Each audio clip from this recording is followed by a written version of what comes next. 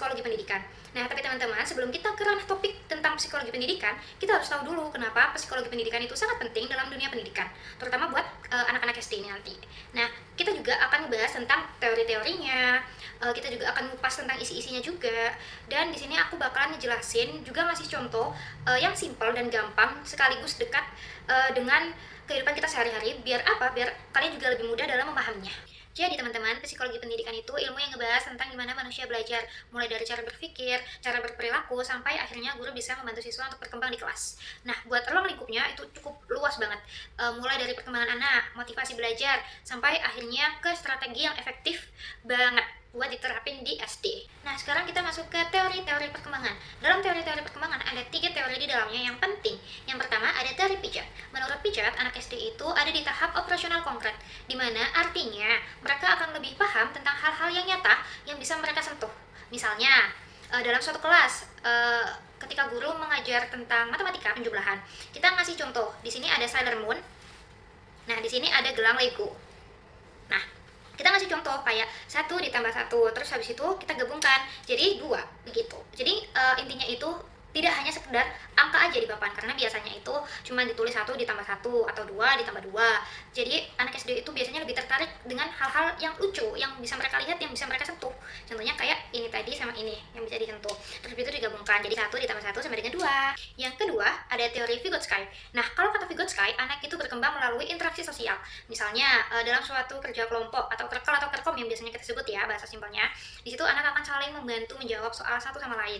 Nah, di situ tuh sebenarnya mereka lagi ada di zona proksimal. Apa zona proksimal itu? Zona proksimal itu zona yang intinya dimana mereka akan selalu membutuhkan orang lain, bantuan orang lain. Misalkan dibantu guru atau dibantu teman. Nah, lewat kerja kelompok atau kerkel atau kerkom yang biasanya kita sebut, itu mereka akan saling membantu menjawab soal satu sama lain. Yang ketiga ada teori Emerson. Nah, di teori ini fokusnya itu lebih ke sosial dan emosional. Jadi anak SD itu lagi ada di tahap dimana mereka pengen banget buat diakuin kemampuannya. Makanya peran guru di sini itu buat apa? Buat ngasih mereka pujian. Misalkan kayak wah tulisannya bagus banget, atau wah tulisannya rapi banget, kayak gitu. Biar apa? Biar mereka tuh jadi lebih semangat buat belajar. Nah, yang ini juga nggak kalah seru. Jadi behaviorisme itu ngomongin soal perilaku dan kebiasaan. Ada 3. Yang pertama Pavlov atau kondisi klasik. Jadi anak itu berkembang melalui kebiasaan atau asosiasi. Misalkan ketika kelas akan dimulai, sebelum kelasnya dimulai, guru itu akan berteriak, misalkan kayak siap belajar. Nah, anak-anak itu akan langsung menjawab siap guru, dan mereka akan langsung duduk rapi. Jadi kalimat itu akan tertanam di dalam diri mereka, jadi kayak refleks gitu. Nah, itu yang pertama menurut Pavlov atau kondisi klasik itu tadi. Yang kedua ada Skinner atau tantangan. Jadi mereka itu akan mengulangi tindakan atau perilaku yang dimana mereka tahu akan mendapatkan pujian atau hadiah. Misalkan contohnya, guru itu akan ngasih stiker bintang ketika murid rajin mengerjakan tugas atau dan sebagainya. Jadi tindakan itu membuat mereka senang. Karena apa? Karena mereka akan mendapat pujian, mereka akan mendapat hadiah. Jadi akan diulangi terus-menerus. Yang ketiga atau yang terakhir ada Bandura atau observasional. Nah, kalau Bandura ini bilang anak itu jago banget buat niruin. Jadi kalau misalkan gurunya sabar, gurunya rajin, gurunya baik, anak juga akan menirukan hal yang sama. Nah, kalau teori ini fokusnya ke cara otak dalam memproses suatu informasi. Ada 3. Yang pertama, pemrosesan informasi. Nah, jadi belajar itu kayak komputer sistemnya. Ada input, ada proses, dan ada output. Nah, tugas guru di sini itu ngebantu anak agar lebih mudah menghafal pelajarannya lewat lagu, lewat gambar, atau lewat permainan yang interaktif. Contohnya kalau misalkan lewat lagu, pelajaran bahasa Inggris. Ketika pelajaran bahasa Inggris, mereka selesai mempelajari kosakata binatang dalam bahasa Inggris. Nah, setiap atau selesai pembelajaran bahasa Inggris itu tadi, gurunya bisa menutup dengan cara it's time to say, we say goodbye, terus dinyanyikan lagu see you later, alligator in a while, crocodile, give a hug, ladybug, blow a kiss, jellyfish, see you soon, big baboon, out the door, dinosaur, take care, polar bear, wave goodbye, butterfly. Nah, dari situ kosakata bahasa Inggris binatang-binatang itu tadi akan lebih mudah dihafal sama anak-anak. Karena apa? Karena akan terus ada pengulangan di setiap akhir pelajarannya itu nanti. Yang kedua ada konstruktivisme. Jadi anak itu belajar melalui pengalaman. Misalkan ketika guru menjelaskan tentang volume air, nah si anak ini disuruh untuk menuangkan air ke dalam setiap wadah yang berbeda-beda. Nah, dari situ dia akan mengetahui dan dia akan memahami bahwa volume air itu akan selalu berubah tergantung wadahnya. Jadi dia akan menemukan konsepnya. Nah, yang ketiga ada metakognitif. Metakognitif itu apa? Metakognitif itu lebih ke belajar dan cara belajar.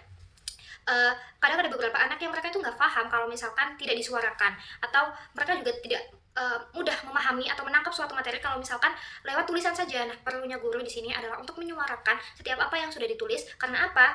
Agar si anak itu menjadi paham. Karena metode setiap anak dalam memahami pembelajaran itu berbeda-beda, nggak hanya sekedar tulisan, tapi juga perlu untuk disuarakan. Oke, topik yang kali ini juga nggak kalah nyentuh banget. Jadi, Maslow bilang, anak itu baru bisa fokus belajar kalau misalkan kebutuhan dasarnya sudah terpenuhi. Misalkan kayak rasa aman, terus rasa lapar yang sudah terpenuhi, dan rasa diterima oleh teman-temannya. Jadi, peran guru di sini itu membuat suasana kelas agar menjadi lebih nyaman dan aman, dan yang pastinya membuat anak merasa kalau misalkan mereka itu diterima dan dihargai di lingkungan yang sekarang. Itu menurut Maslow. Kalau misalkan menurut Rogers itu ngomongin soal student-centered learning. Artinya, guru itu bukan satu-satunya pusat belajar, tapi guru itu menjadi teman belajar anak agar mereka lebih berkembang. Dengan cara apa? Misalnya, guru mengajak mereka berdiskusi tentang suatu hal, membahas topiknya, terus dimana si anak-anak ini tadi juga bisa menyuarakan pendapat mereka dan bisa mengutarakan apa yang mereka rasakan, seperti itu. Motivasi itu ibarat bensin buat belajar. Motivasi itu ada dua, ada intrinsik dan ekstrinsik. Kalau intrinsik itu motivasi yang datang dari diri sendiri. Misalkan anak itu penasaran, makanya mereka belajar atau mencoba.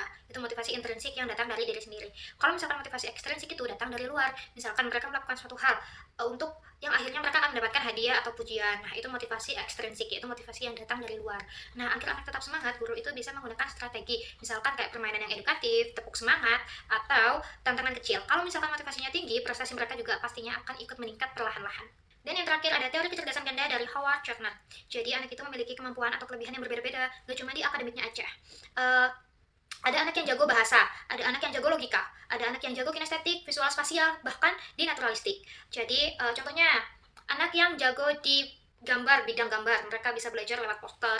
Nah, anak yang jago musik atau jago nyanyi, mereka bisa belajar lewat lagu-lagu. Dan anak yang aktif, mereka bisa belajar lewat gerak. Jadi dari semua teori tadi kita bisa tahu bahwa setiap anak-anak itu memiliki keunikannya masing-masing, dan mereka itu memiliki cara belajarnya masing-masing. Nah, tugas kita sebagai calon guru adalah nggak cuma ngajarin, tapi kita juga harus ngertiin bagaimana anak-anak itu tadi berpikir, berkembang, dan termotivasi. Semoga lewat psikologi pendidikan ini kita bisa bantu anak-anak belajar lebih ceria dan lebih happy lagi. Dan terima kasih udah nonton, jangan lupa senyum buat hari ini. Wassalamualaikum warahmatullahi wabarakatuh. Bye-bye.